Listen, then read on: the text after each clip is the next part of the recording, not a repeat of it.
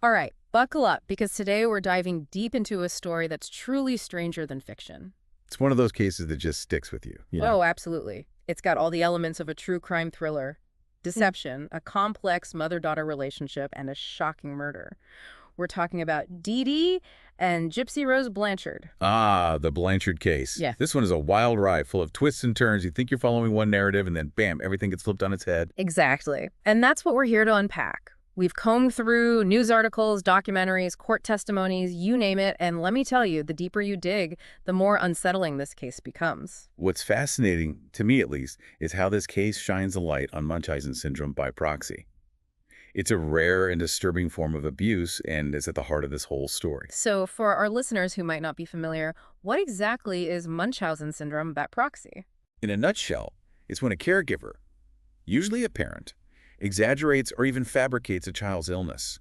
They might lie about symptoms, tamper with medical tests, even subject the child to unnecessary medical procedures. And the motive. Why would someone do such a thing? It's often about attention and sympathy. The caregiver craves the validation that comes with being seen as a devoted parent caring for a sick child. Okay, so let's bring this back to Dee Dee and Gypsy Rose. How did Munchausen syndrome by proxy factor into their story? Well, for years, Dee Dee presented Gypsy Rose to the world as this chronically ill child.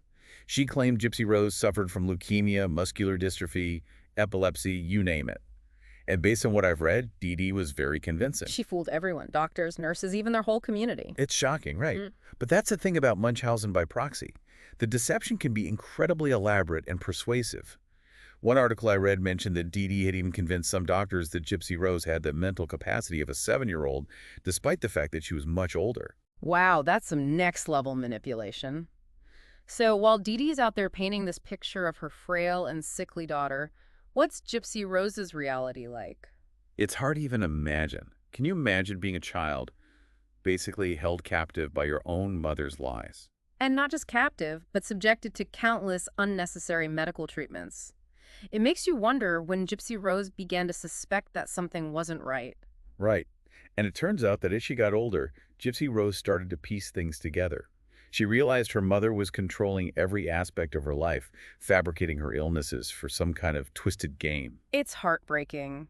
This girl was living a nightmare, imprisoned by her own mother. Did she ever try to reach out for help? There's evidence that she did. She confided in a few people, even tried to escape once. But remember, Dee Dee had created this entire web of deception around them. It's not like Gypsy Rose could just pick up the phone and call for help. Who would believe her? And this is where the internet comes into play, right? Exactly. As Gypsy Rose got older, she discovered the online world, and for her, it became a lifeline. It was her escape, in a way. Right. It gave her a voice, a chance to connect with people outside of her mother's control.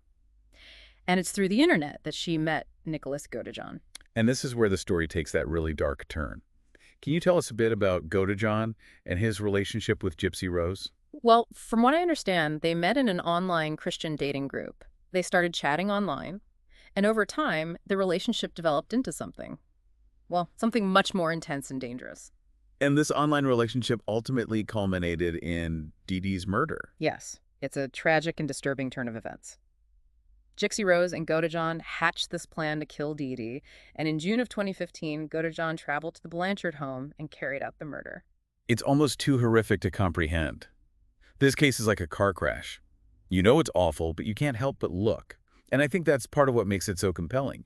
It forces us to grapple with these incredibly uncomfortable questions about abuse, manipulation, and the blurred lines between victim and perpetrator. Absolutely. After Dee Dee's murder, Gypsy Rose and Godejohn were arrested, and the truth about Dee Dee's abuse came to light. You'd think that with Dee Dee gone, Gypsy Rose would finally be free. But of course, it's not that simple. She was now facing murder charges, and the public was torn. Was she a cold-blooded killer, or a victim of years of abuse who'd finally snapped? It was a media frenzy, and rightfully so. This case raised so many complex ethical and legal questions. On the one hand, you have this young woman who'd endured years of unimaginable abuse. At the same time, she was complicit in a murder. It really divided public opinion. Some people felt she was justified in her actions, while others believed she should be held accountable for murder. Where do you stand on this? You know, it's not my place to judge. It's clear that Gypsy Rose was a victim of horrific abuse, but it's also a fact that she was involved in planning and carrying out a murder. It's a complex situation with no easy answers. No easy answers at all. This Yeah. case really makes you think about the role of technology in today's world. I mean, on the one hand, you have Gypsy Rose, who used the internet to connect with Godejohn and ultimately escape her abusive situation. But on the other hand, that same connection led to a murder. It's a double-edged sword, isn't it? Technology can be both a tool for good and a weapon for evil. It's a lot to unpack, that's for sure. After learning about this case, I can't help but think about all the other stories out there, the ones that haven't made headlines. It makes you wonder what's really going on behind closed doors, behind those carefully curated online profiles. It's a chilling thought, but it's also a reminder that we need to be more aware, more vigilant.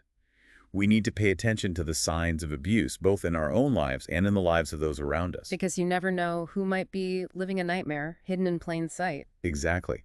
And if you or someone you know is experiencing abuse, please reach out for help. There are resources available, people who care, and you don't have to go through this alone.